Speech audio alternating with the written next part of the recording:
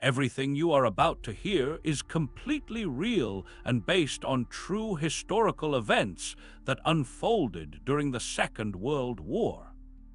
The images and videos shown throughout this documentary are generated using artificial intelligence only for illustrative purposes, to help visualize these actual events. What follows is the true story of Operation Market Garden, the largest airborne operation in history.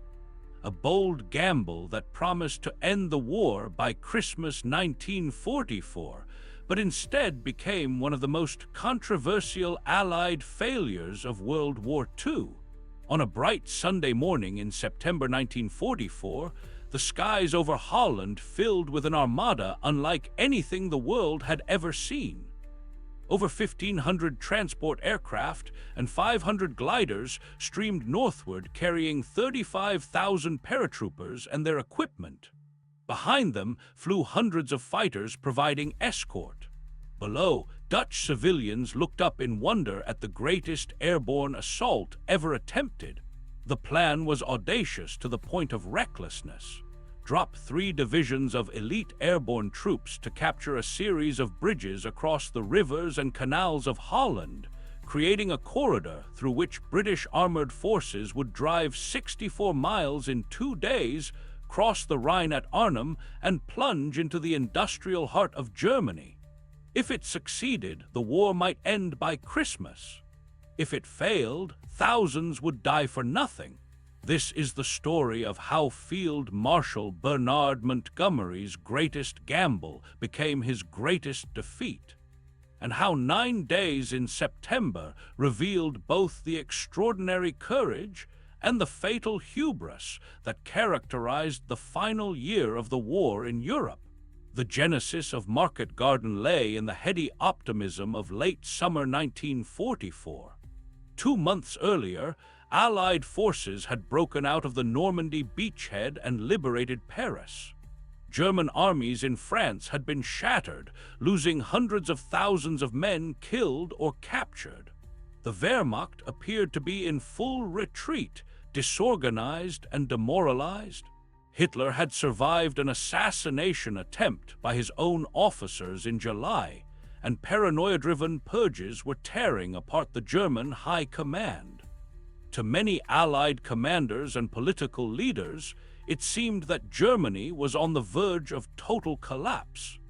The question was not whether Germany would be defeated, but how quickly that defeat could be achieved, and who would get the credit for delivering the knockout blow.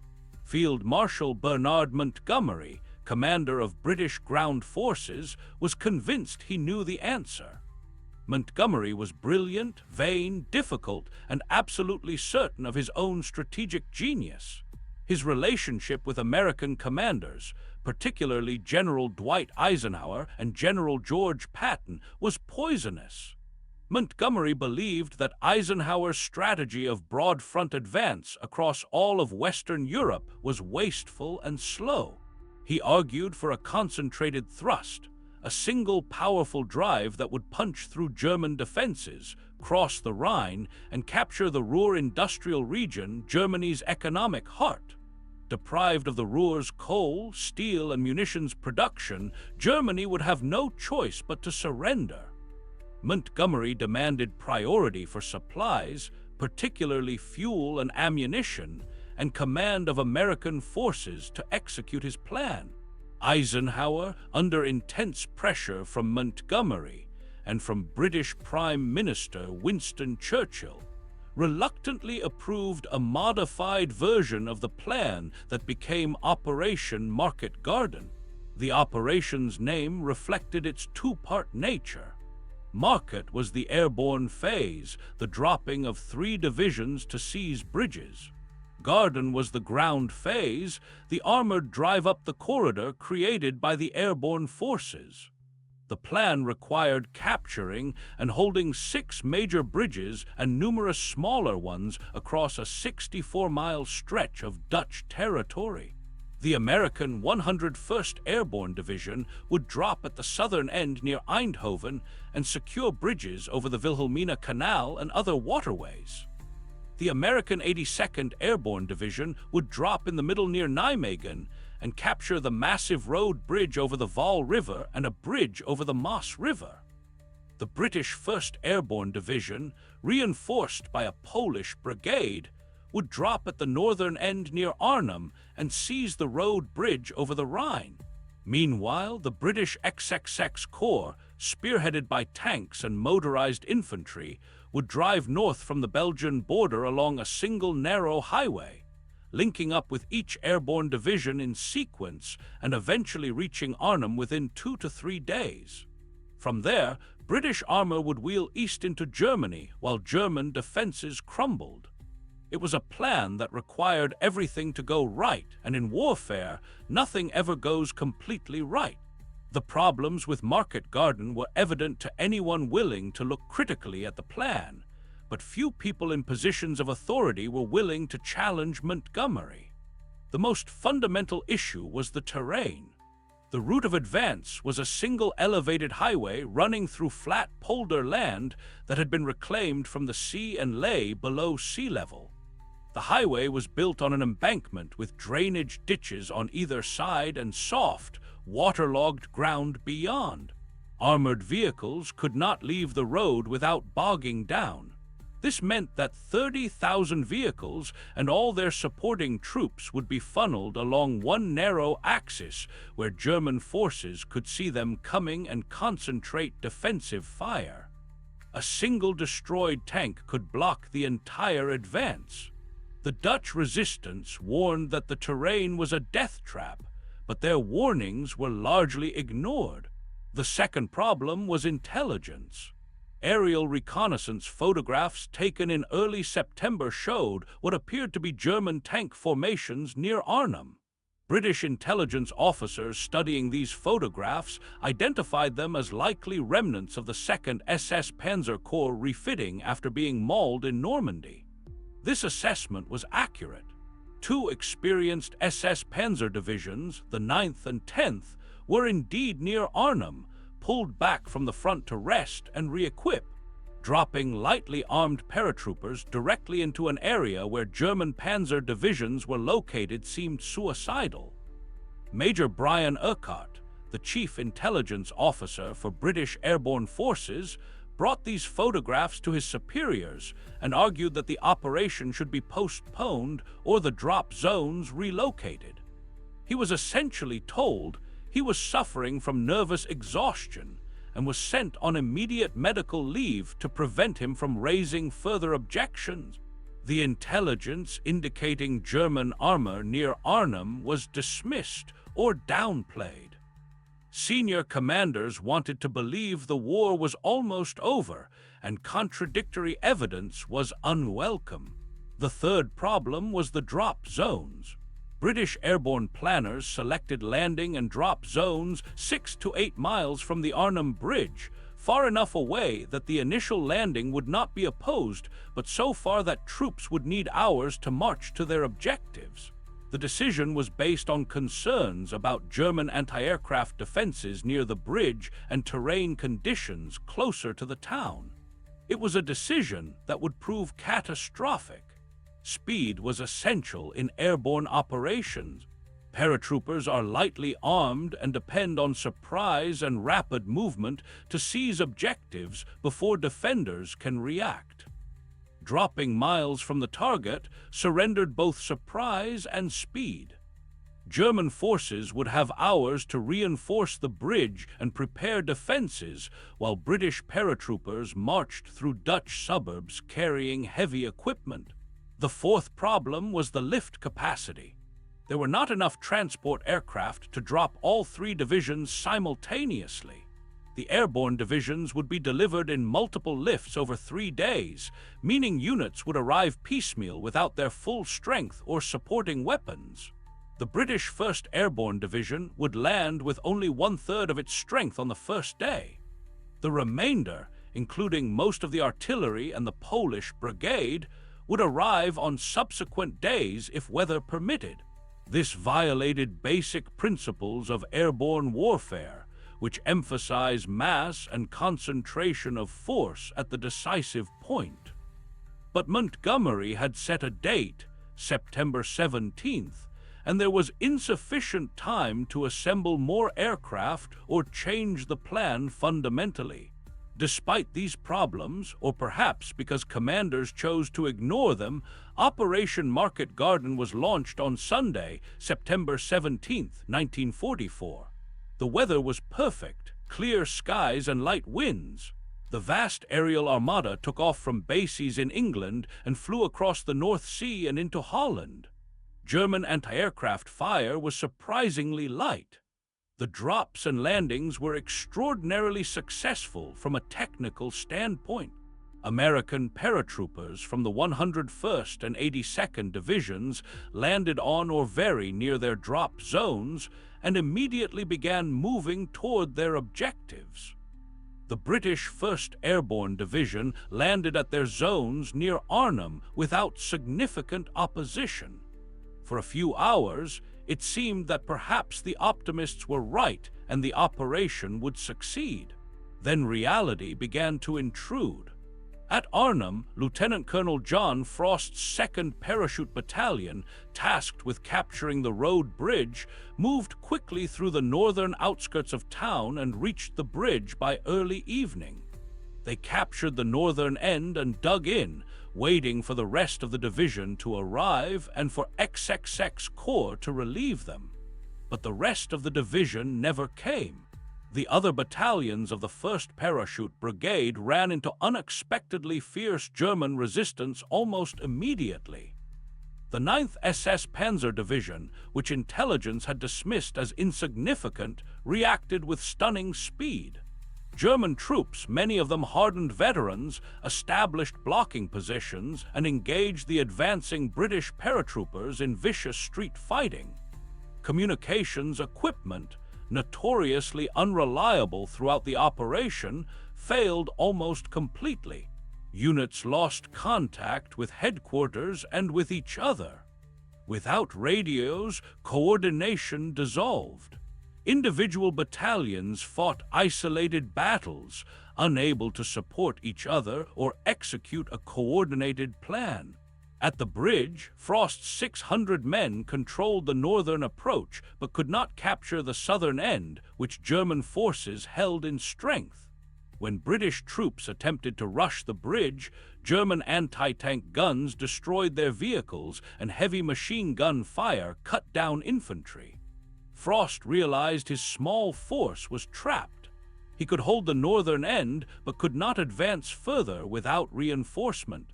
He sent runners back to division headquarters requesting immediate support, but most runners were killed or captured. Radio contact was impossible. Frost's battalion settled in to wait, not knowing that help would never come. For the next 3 days, these 600 men would hold their position against increasing German pressure, waiting for a relief that was already defeated before it could reach them. The ground phase of Market Garden, XXX Corps advance up the highway, began well but quickly encountered problems. The lead units, tanks of the Irish Guards, rumbled across the Belgian-Dutch border and immediately ran into German anti-tank guns positioned in the dense woods flanking the highway. The first tanks were destroyed, blocking the road. Infantry had to dismount and fight through the woods to clear the positions. This took hours. The schedule, which assumed rapid, uncontested movement, was already slipping. Every time XXX Corps cleared one position, German forces established another further up the road. The advance became a grinding battle of attrition rather than the rapid exploitation Montgomery had envisioned. The American airborne divisions in the center and south of the corridor faced their own desperate fights. The 101st Airborne captured Eindhoven but found the bridge over the Wilhelmina Canal destroyed. Engineers had to construct a temporary bridge while the division fought off German counterattacks. The 82nd Airborne captured the bridge over the Maas but faced a terrible dilemma at Nijmegen.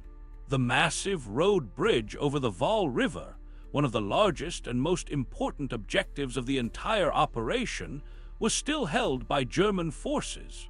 American paratroopers attempted to rush the bridge but were driven back by intense fire. The bridge was wired with demolitions, and German engineers were under orders to blow it if it could not be held.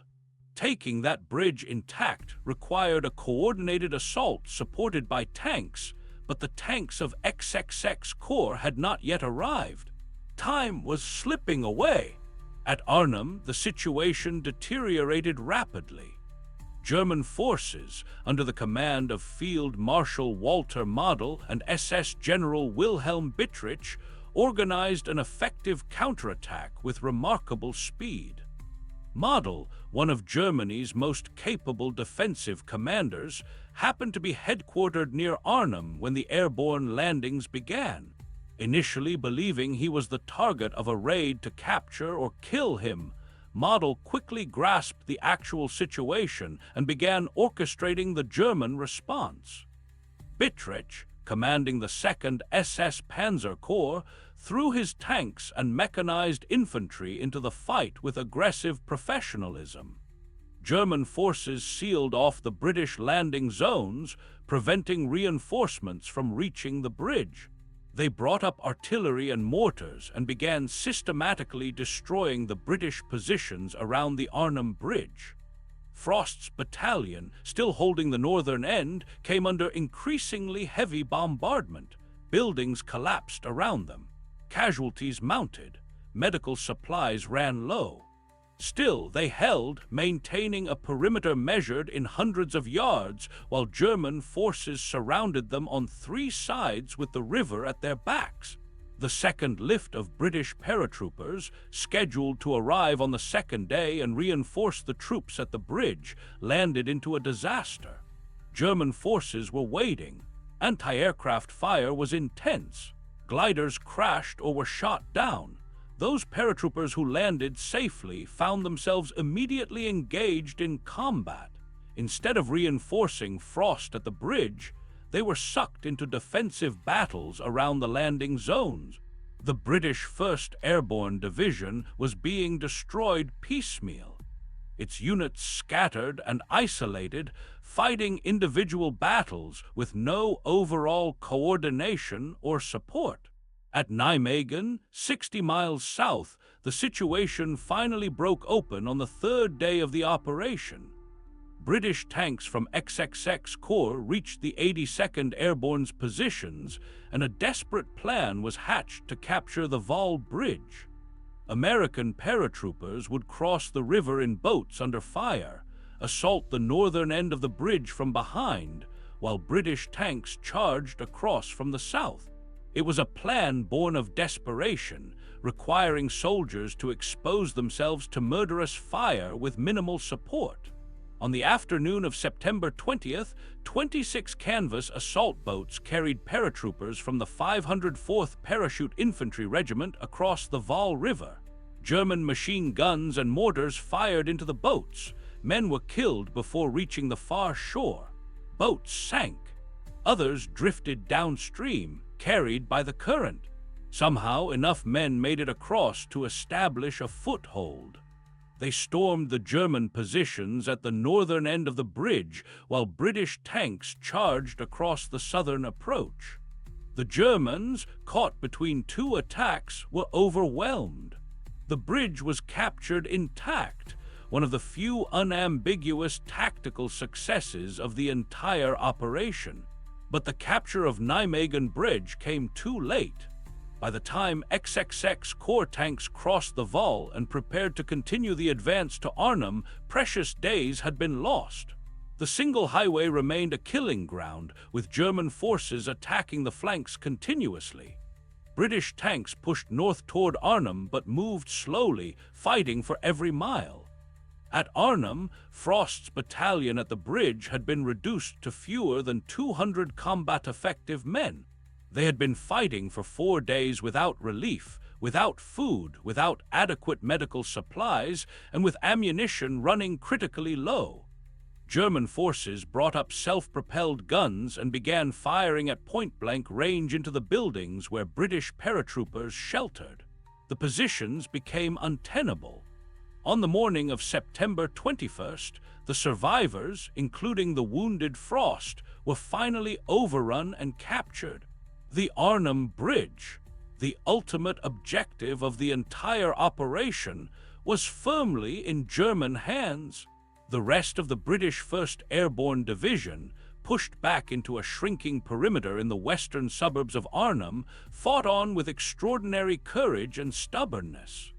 They had been dropped into what amounted to a deliberate ambush, were outnumbered and outgunned, and had lost all hope of accomplishing their mission. Yet they continued to resist, tying down German forces that might otherwise have been used to cut the corridor further south. Their commander, Major General Roy Urquhart, made the agonizing decision to abandon any attempt to reach the bridge and instead focused on holding a defensive perimeter around the village of Oosterbeek, hoping that XXX Corps would somehow break through in time.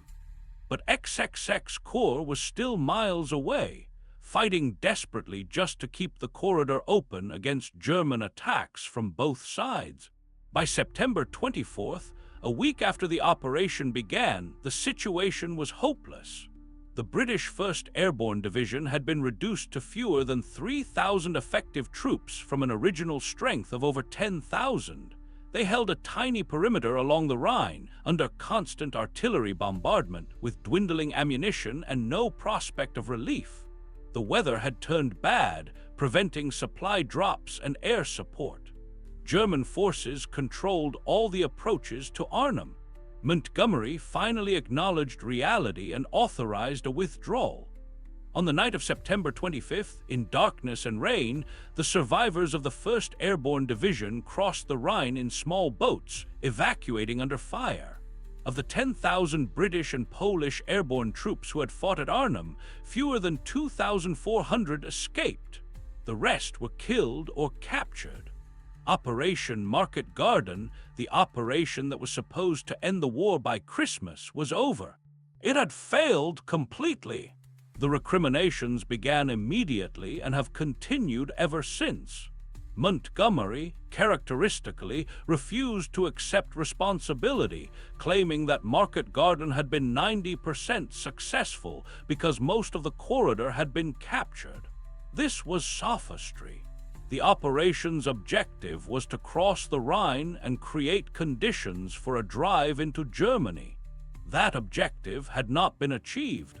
Instead, Allied forces held a narrow salient extending into Holland, surrounded on three sides by German forces and requiring constant reinforcement to prevent it from being cut off.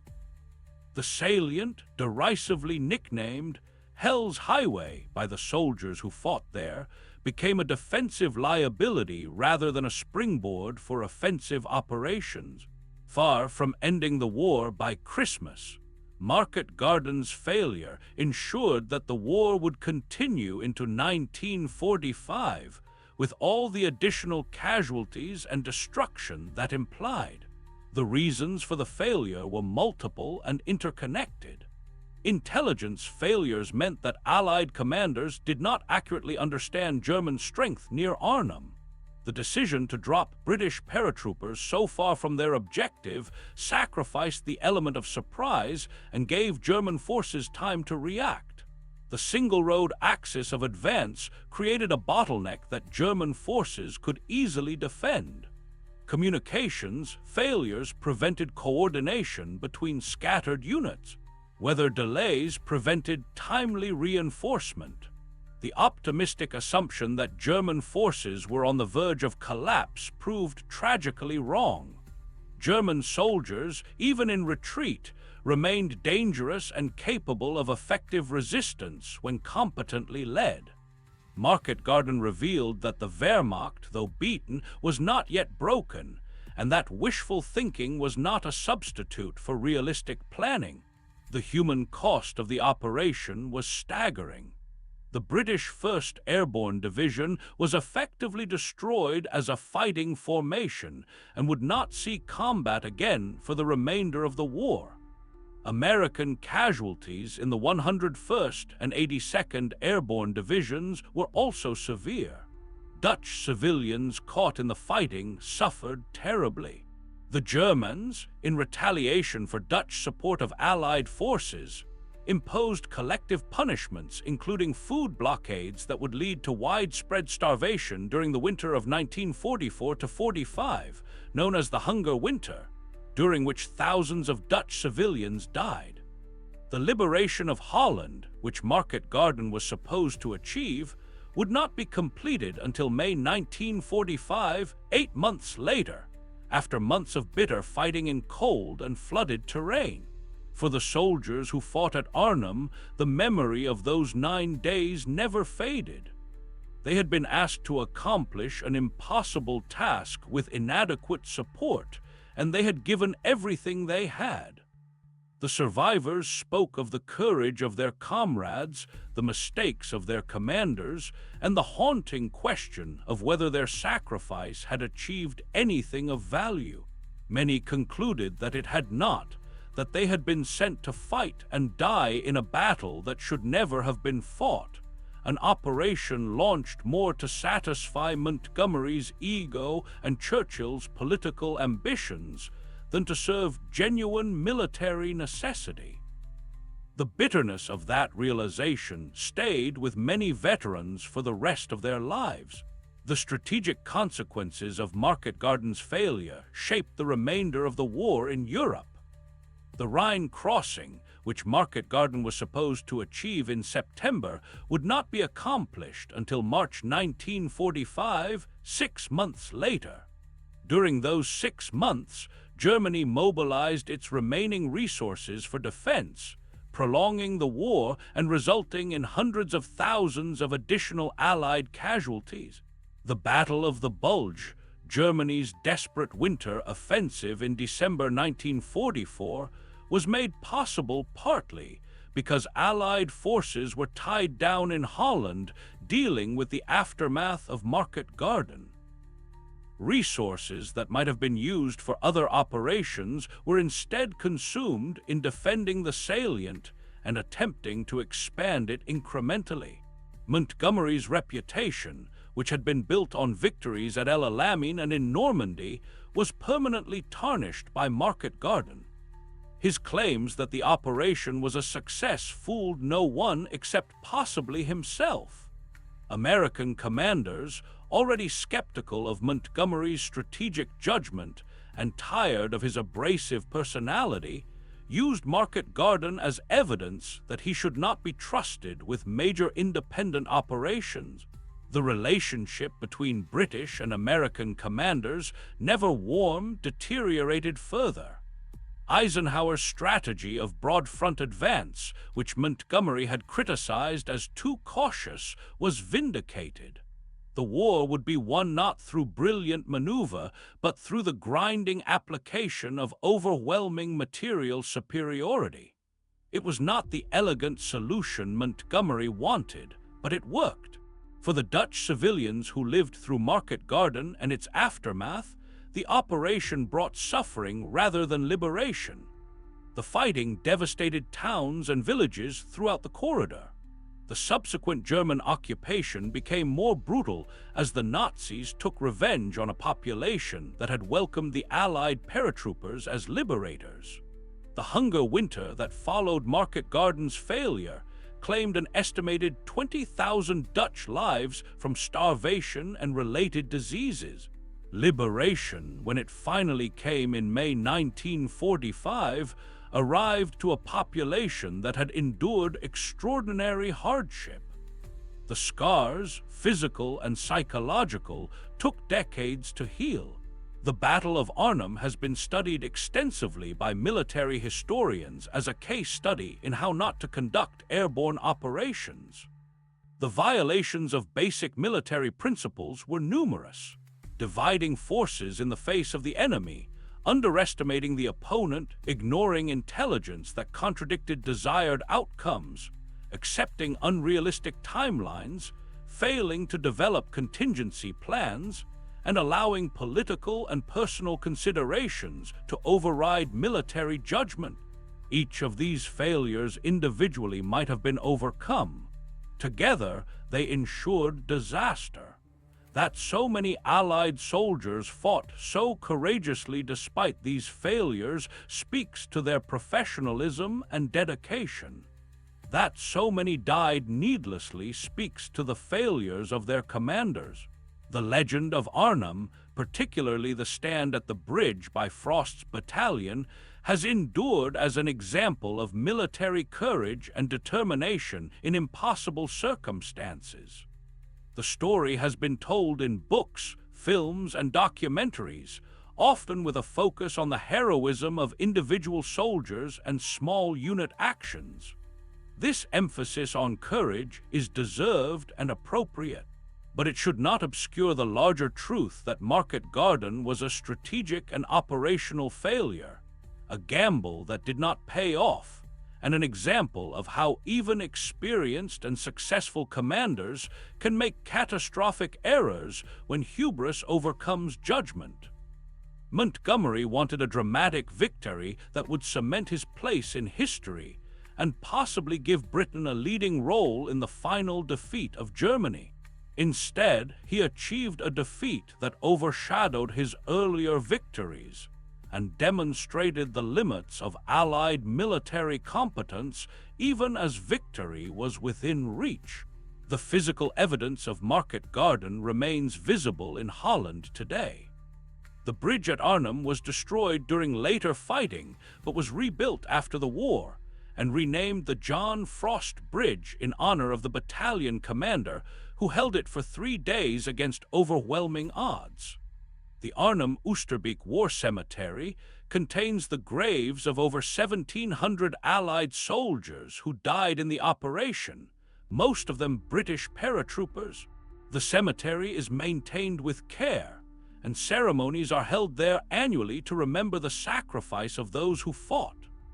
Dutch citizens, particularly older generations who remember the war, express continuing gratitude to the Allied soldiers who tried to liberate them, even though that attempt failed. The memory of Market Garden, like the memory of all battles, is complex, mixing pride in courage displayed with sorrow for lives lost and acknowledgement of errors that should not have been made. For students of military history, Market Garden offers lessons that remain relevant. The most fundamental is that optimism is not a strategy. Wishing that the enemy is weak does not make them so. Hoping that a complex plan will unfold perfectly does not ensure it will. Military operations require realistic assessment of enemy capabilities, honest evaluation of one's own limitations, contingency planning for when things go wrong, and the moral courage to call off operations when the risks outweigh the potential benefits. Montgomery possessed many qualities of successful commanders: decisiveness, confidence, ability to inspire troops, and tactical skill. But at Market Garden, he lacked the most essential quality of all: the judgment to recognize when a plan was fundamentally flawed and the humility to admit it. That failure of judgment cost thousands of soldiers their lives and prolonged a war that could have ended sooner with less suffering if different choices had been made. The debate over Market Garden continues among historians and military professionals. Some argue that with slightly different circumstances, the operation might have succeeded and shortened the war significantly, making the risk worthwhile. Others contend that the operation was doomed from conception and should never have been attempted. The truth likely lies between these extremes. Market Garden was a high-risk operation that might possibly have succeeded if many factors had aligned favorably. When those factors did not align, when intelligence was ignored, when drops occurred far from objectives, when Germans reacted faster than expected, when communications failed, when weather turned bad, the operation collapsed catastrophically. High-risk operations sometimes succeed spectacularly, as D-Day demonstrated. But when they fail completely, and those who plan them must bear responsibility for the consequences. Montgomery bears that responsibility for Market Garden, and history has judged him accordingly. If this deep exploration into one of World War II's most controversial operations has given you new understanding of how courage, hubris, and circumstance combine to create both tragedy and legend, then I invite you to continue this journey through history with us. Here at WW2 War Rewind, we bring you thoroughly researched, immersive documentaries that examine the real events, real decisions, and real consequences that shaped the Second World War. Subscribe to our channel to ensure you never miss another investigation into the battles and campaigns that define the 20th century's greatest conflict. We release new content regularly, each documentary crafted with commitment to historical accuracy and compelling storytelling. Join our community of history enthusiasts by hitting that subscribe button now, and let's continue exploring together how the choices made in war echo through generations. Thank you for watching WW2 War Rewind, where we believe that understanding history means grappling with its complexities, honoring its heroes, and learning from its failures.